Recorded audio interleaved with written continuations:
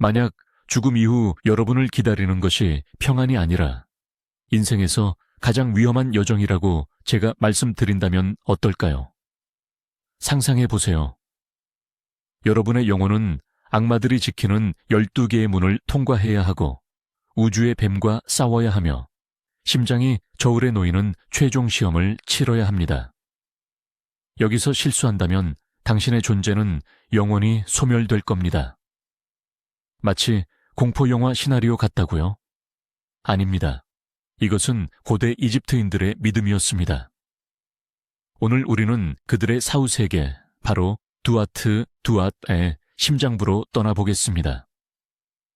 저는 여러분을 죽음의 순간부터 천국의 문에 이르는 이집트 영혼의 전 여정에 안내할 것이며 파라오의 황금 마스크와 신비로운 사자의 서, 히에로글리프 뒤에 숨겨진 진실이 무엇인지 알아보겠습니다. 준비되셨습니까? 이 여정은 삶과 죽음에 대한 여러분의 관점을 완전히 바꿔놓을 것입니다. 우리가 두아트의 어둠 속으로 뛰어들기 전에 먼저 기본 개념부터 정리하고 가시죠. 이집트인들에게 죽음은 끝이 아니었습니다. 그것은 철저한 준비가 필요한 다른 상태로의 전환일 뿐이었습니다. 그들은 인간이 여러 요소로 이루어져 있다고 믿었습니다. 그중 핵심은 육체인 하트와 두 영혼, 즉 카카와 바였습니다. 카카는 생명력, 즉 인간의 복제품이며 죽은 후에도 무덤에 남아 곡물로 영양을 취했습니다. 반면 바는 인격, 성격, 즉 그 사람을 독특하게 만드는 모든 것이었습니다. 사람의 머리를 가진 새로 묘사되는 바로 이 바비에이가 위험천만한 사후세계 여행을 떠났습니다. 이 여정의 목표는 카와 재회하여 깨달음을 얻은 영원한 영혼인 아키왕가 되는 것이었습니다. 바가 길을 잃지 않고 모든 위험을 극복할 수 있도록 백에는 안내서가 주어졌습니다. 바로 유명한 사자의 서입니다. 이것은 부유한 모든 이집트인의 무덤에 넣어지던 주문과 지도 모음집이었습니다. 자, 이제 죽음과 동시에 여정은 시작됩니다. 시신이 미라로 만들어지는 동안 사제들은 가장 중요한 의식인 입과 눈을 여는 의식을 거행했습니다. 사제들은 특수 도구를 사용하여 미라의 입, 눈, 귀를 상징적으로 건드렸는데 이는 저승에서 볼 수 있고 말할 수 있으며 들을 수 있는 능력을 되돌려 주기 위함이었습니다. 이것은 단순한 작별 의례가 아니라 육체의 마법적인 능력을 활성화하는 과정이었습니다. 이집트인들은 이 의식이 없으면 영혼이 눈멀고 말 못하는 상태로 남아 필요한 주문을 외거나 스스로를 지킬 수 없다고 믿었습니다. 무덤은 단순한 매장지가 아니었습니다. 그것은 카카, 영혼의 안락한 집이자 비아, 영혼을 위한 일종의 발사대였습니다. 벽에는 다가올 내세의 장면들과 사자의 서의 내용이 그려졌고 무덤 자체는 음식부터 가구, 심지어 우샤부티라는 인형 형태의 하인들까지 필요한 모든 것으로 가득 채워졌습니다. 이로써 그 위대한 모험을 위한 모든 준비가 완료되었습니다. 의례가 모두 완료되면 비아의 영혼은 새처럼 무덤을 박차고 날아오릅니다. 그리고 태양이 매일 밤 지며 밤의 여정을 시작하는 서쪽을 향해 나아갑니다. 바로 그곳에 두아트로 통하는 입구가 있습니다. 중요한 점은 두아트는 우리가 아는 지옥이 아니라는 것입니다. 오히려 복잡하고 다층적인 사후 공간이며 산자의 세계를 비추는 거울이지만 위험과 마법으로 가득 찬 곳입니다. 기독교적인 관점에서 말하는 죄인들을 위한 영원한 고통은 이곳에 존재하지 않습니다. 가장 끔찍한 일은 완전한 소멸, 곧 영원한 망각이었습니다. 두아트는 시련의 왕국입니다. 그 풍경은 불타는 호수에서부터 건널 수 없는 사막에 이르기까지 끊임없이 변하며 신들뿐만 아니라 무시무시한 악마들까지 서식하고 있습니다. 이곳에서 살아남기 위해서는 단지 평생을 올바르게 사는 것만으로는 충분치 않았습니다. 지식, 교활함, 그리고 물론 확실한 안내서가 필요했는데 그것이 바로 사자의 서였습니다. 이 책은 이 퀘스트를 완수하기 위한 문자 그대로의 지도이자 치트 코드, 즉 공략집과 같은 역할을 했습니다. 죽음의 세계, 두아트의 문턱에 서면 영혼은 이집트에서 가장 잘 알려진 신, 바로 자칼의 머리를 가진 아누비스를 만나게 됩니다. 널리 퍼진 이미지와는 달리 그는 결코 악한 존재가 아니었습니다. 오히려 아누비스는 망자의 첫 번째 조력자이자 안내자 역할을 맡았습니다. 그는 미라를 제작하는 신이자 공동묘지를 지키는 수호자이며 영혼의 손을 잡고 저승의 첫 번째이자 가장 복잡하고 험난한 길을 안내하는 존재입니다. 그가 자칼의 머리를 한 것은 우연이 아닙니다. 자칼은 사막 근처의 무덤가를 자주 배회했고 이집트인들은 이들을 죽은 자의 안식을 지키는 수호자로 여겼습니다. 아누비스는 영혼이 여정을 위한 준비를 마쳤는지 확인하고 그들을 위대한 심판대로 이끌어야 했습니다. 그는 작은 악령들을 물리치고 항상 올바른 길을 가리키는 보호자였습니다. 아누비스와의 만남은 장래의식이 성공적으로 치러졌고 신들이 망자를 자신들의 왕국으로 받아들였다는 첫 번째 신호이기도 했습니다. 이어서 죽은 자의 바비아, 영혼은 위대한 태양신 라의 수행단에 합류하게 됩니다. 라는 매일 밤 태양의 배 만제트를 타고 두아트, 즉 지하세계로 내려가 지하의 나일강을 따라 항해한 뒤 동쪽에서 다음날 아침 다시 태어납니다. 이 여정은 12시간으로 나뉘며 매 시간마다 두아트의 새로운 영역과 문, 그리고 새로운 시련이 기다리고 있습니다.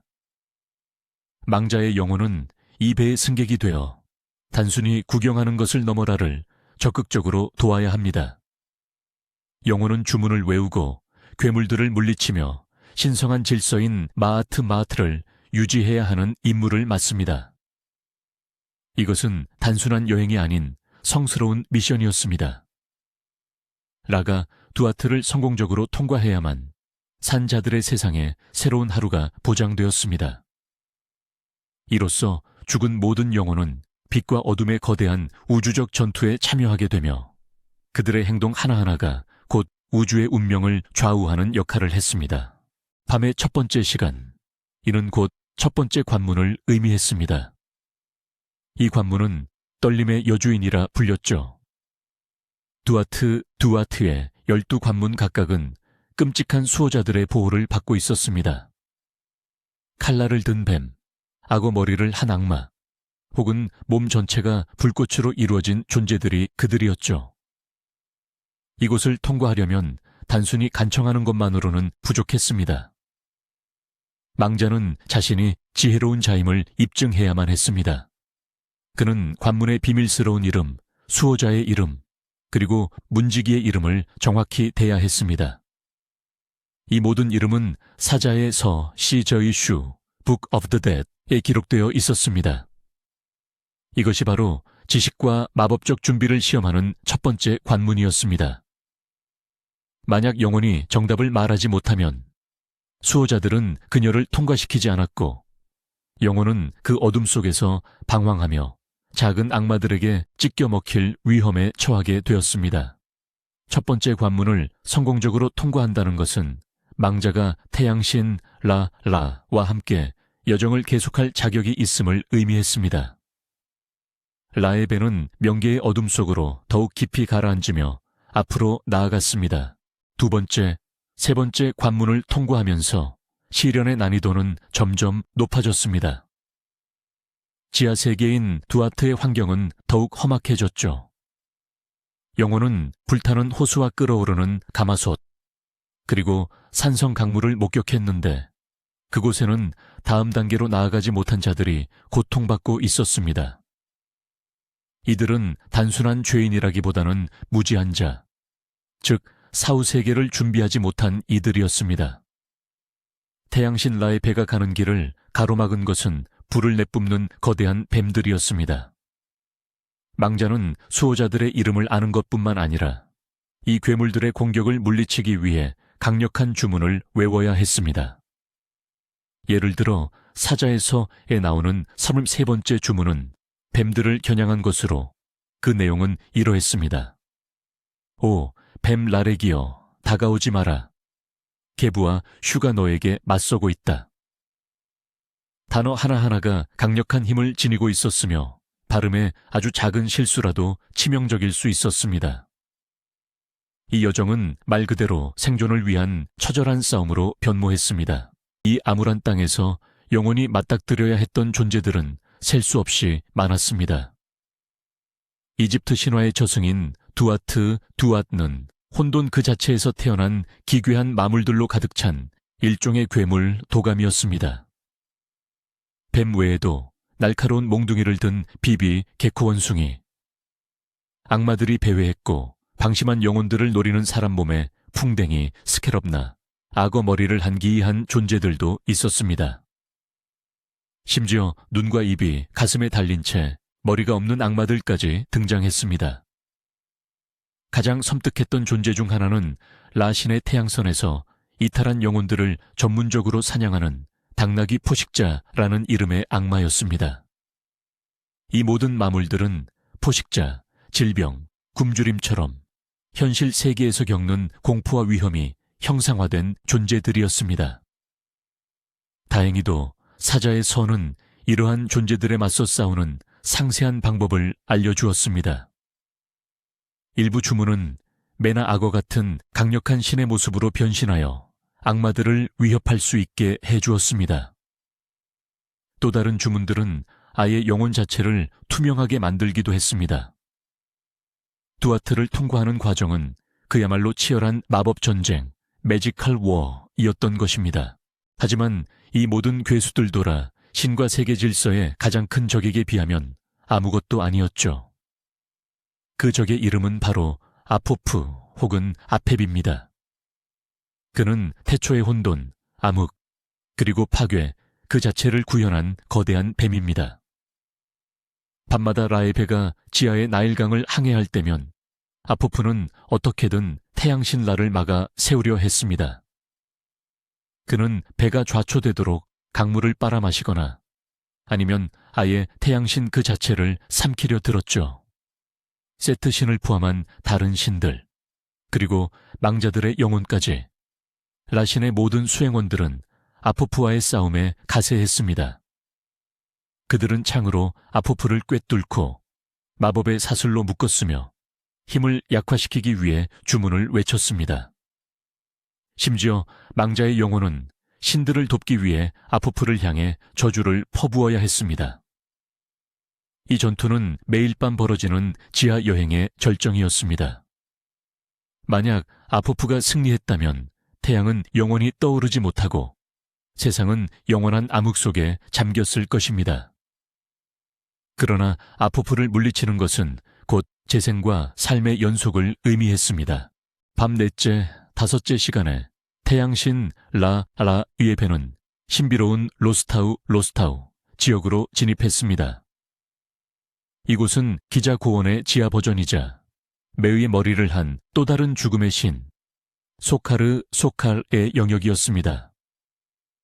로스타우의 지형은 사막처럼 황량하고 구불구불하게 변했습니다.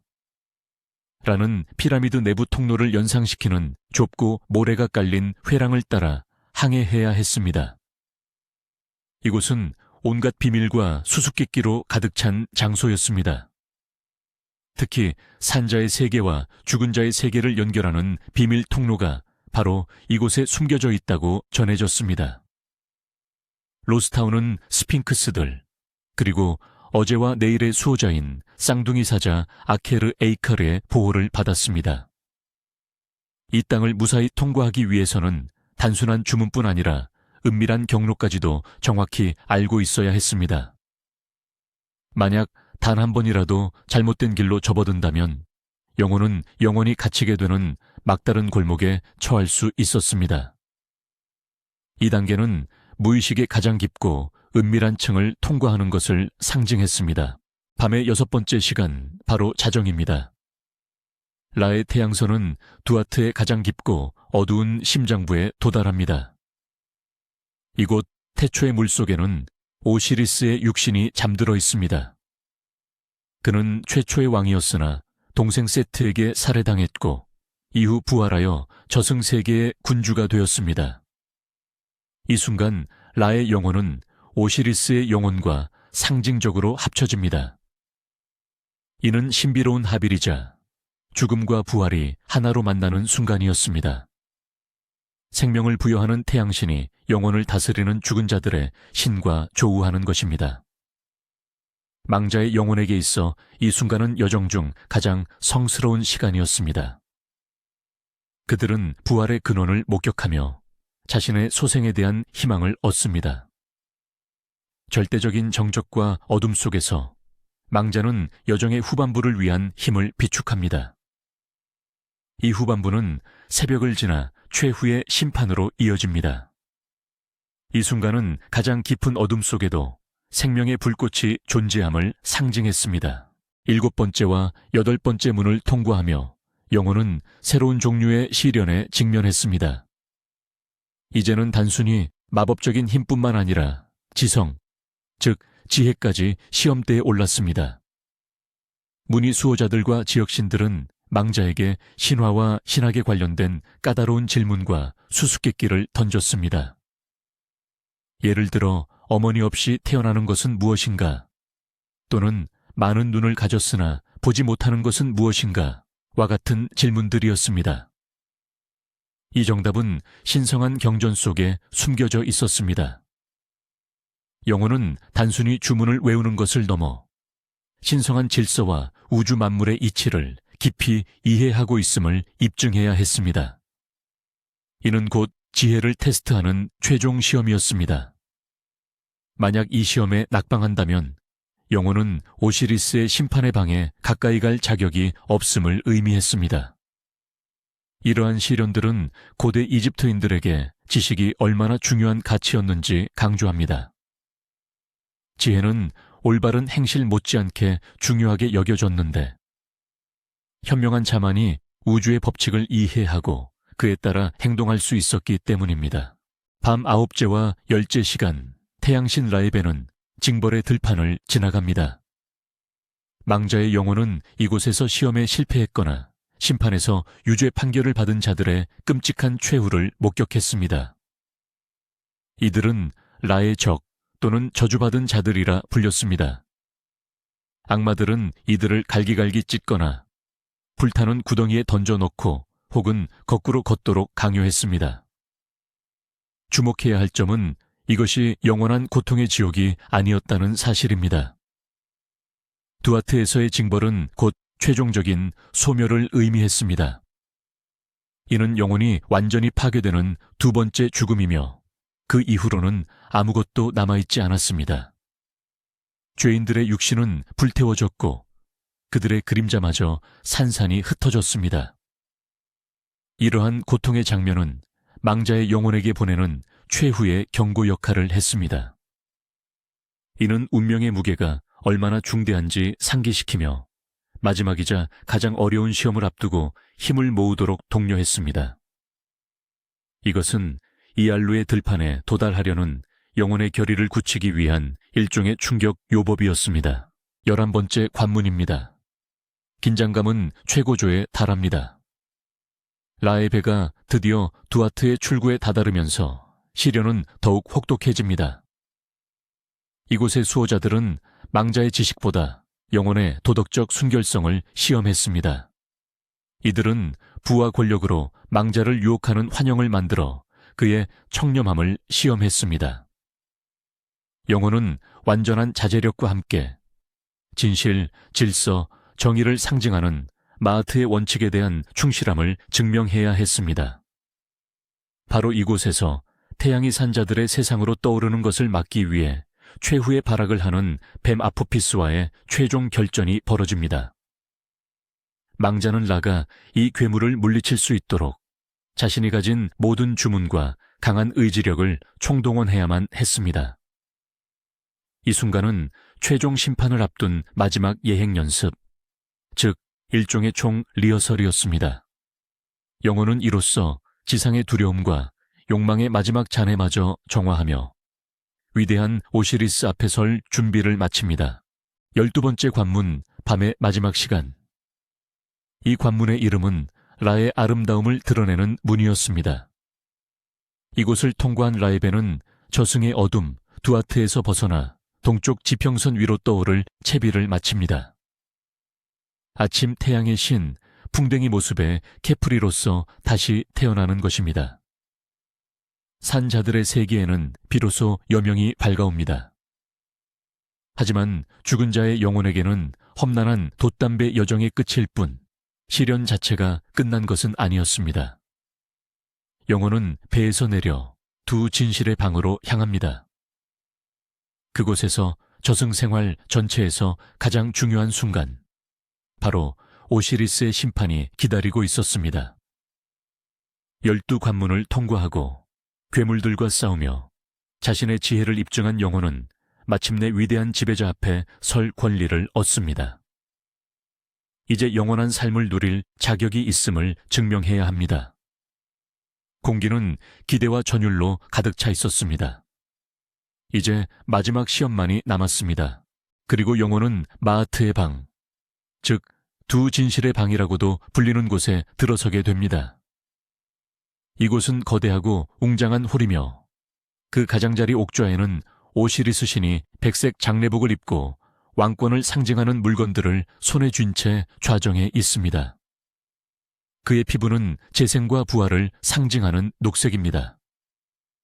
오시리스의 양옆에는 삽규위명의 재판관 신들이 앉아 있는데 이들 각각은 특정한 죄목을 담당하고 있습니다. 홀 중앙에는 거대한 황금 저울이 자리하고 있으며 엄숙함과 긴장감이 공간 전체를 가득 채우고 있습니다. 아누비스 신의 인도를 받은 망자의 영혼은 옥좌 앞으로 나아가 몸을 숙여 엎드립니다.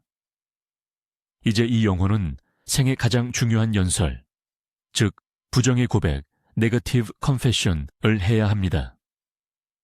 이것은 용서를 구하는 간청이 아닙니다. 오히려 자신의 무죄를 확신하며 선언하는 당당한 행위였습니다. 영혼은 자신의 삶이 우주의 조화와 정의를 의미하는 마하트의 원칙에 부합했음을 증명해야만 했습니다. 고대 이집트의 독특한 도덕률, 바로 부정 고백, 네거티브 컨페션입니다. 이것은 죽은 자가 영생으로 나아가기 위해 거쳐야 하는 특별한 심판 과정이었습니다. 망자는 12명의 신 하나하나의 이름을 부르며 그 신이 관장하는 죄를 범하지 않았음을 선언해야 했습니다. 나는 살인하지 않았다. 도둑질하지 않았다. 거짓말하지 않았다. 게으르지 않았다. 강물을 오염시키지 않았다. 남의 말을 엿듣지 않았다. 목소리를 높이지 않았다. 이 나를 두 가지의 부인 선언 목록은 중범죄부터 사소한 일상생활의 잘못에 이르기까지 삶의 거의 모든 영역을 포괄했습니다. 흥미로운 점은 영혼이 단순히 나는 선했다라고 말하는 대신 구체적인 악행을 저지르지 않았음을 부정하는 방식으로 자신을 증명했다는 것입니다. 이는 이집트인들에게 있어 올바른 삶이란 규칙을 엄격히 준수하고 조화를 유지하는 데 있음을 보여줍니다. 이 고백의 모든 단어는 반드시 진실이어야 했습니다.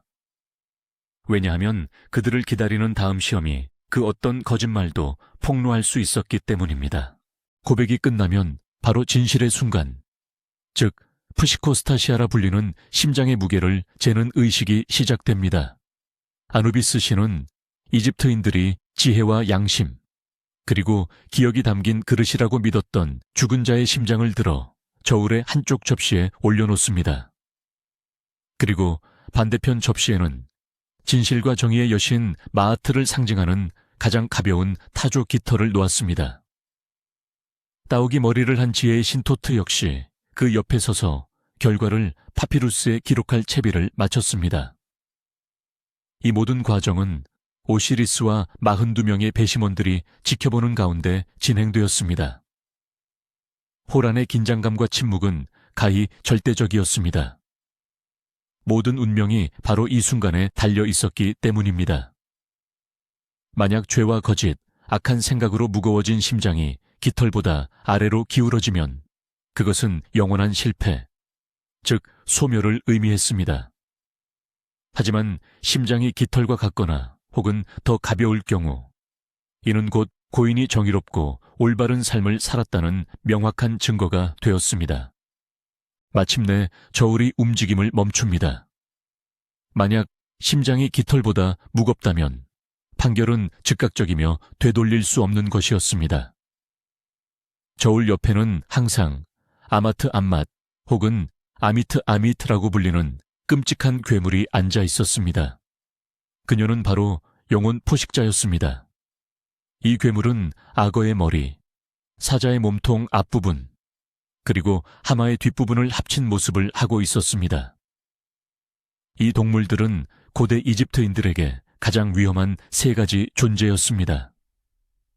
저울이 죽은 자에게 불리하게 기울어지는 순간 아마트는 즉시 달려들어 그의 죄 지은 심장을 집어삼켰습니다. 이 행위는 단순히 지옥의 고통을 의미하는 것이 아니었습니다. 이는 그보다 훨씬 더 끔찍한, 즉 개성의 완전하고 최종적인 소멸을 뜻했습니다. 영혼은 존재하기를 멈추고 영원한 무우 속으로 사라져버리는 것입니다.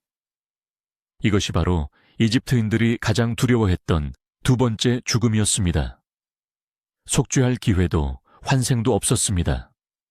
그저 끝, 공허 한만이 남는 것입니다. 하지만 심장이 그 시험을 통과하게 되면 두 진실의 방은 기쁨에 찬 판결을 내렸습니다. 오시리스는 망자를 마헤루, 마아케루, 즉 정당한 목소리를 가진 자 혹은 정당화된 자로 선언했습니다.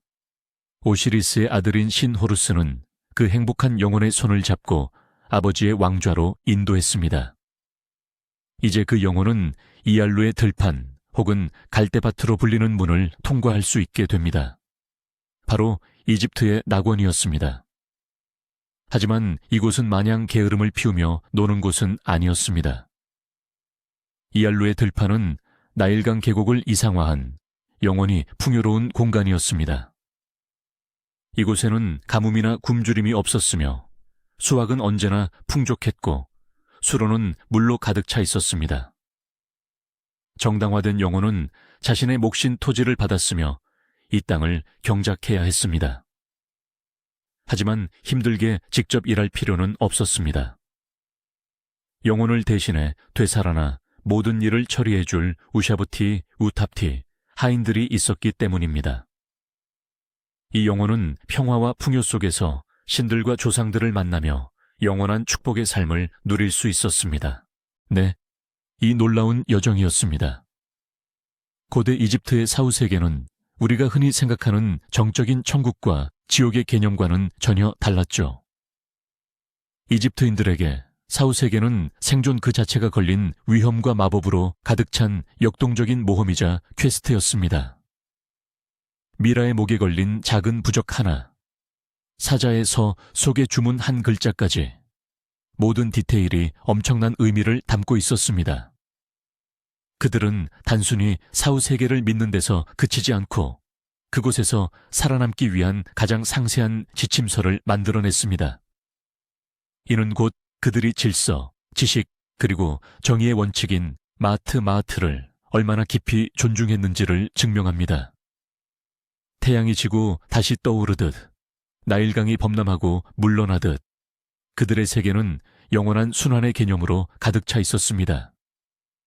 그리고 인간 역시 이 순환을 따라 죽음을 넘어 영원한 생명을 얻을 수 있다고 믿었죠. 저희와 함께 이 모든 여정을 함께 해주셔서 진심으로 감사합니다. 오늘 이야기가 흥미로우셨다면 주저하지 마시고 좋아요를 눌러주시고요. 채널 구독과 알림 설정도 꼭 부탁드립니다. 자, 이제 여러분께 질문을 드리고 마무리하겠습니다. 만약 지금 여러분의 심장이 마하트의 저울 위에 올려진다면 과연 그 깃털보다 가벼울 수 있을까요? 여러분의 솔직한 생각을 댓글로 남겨주세요.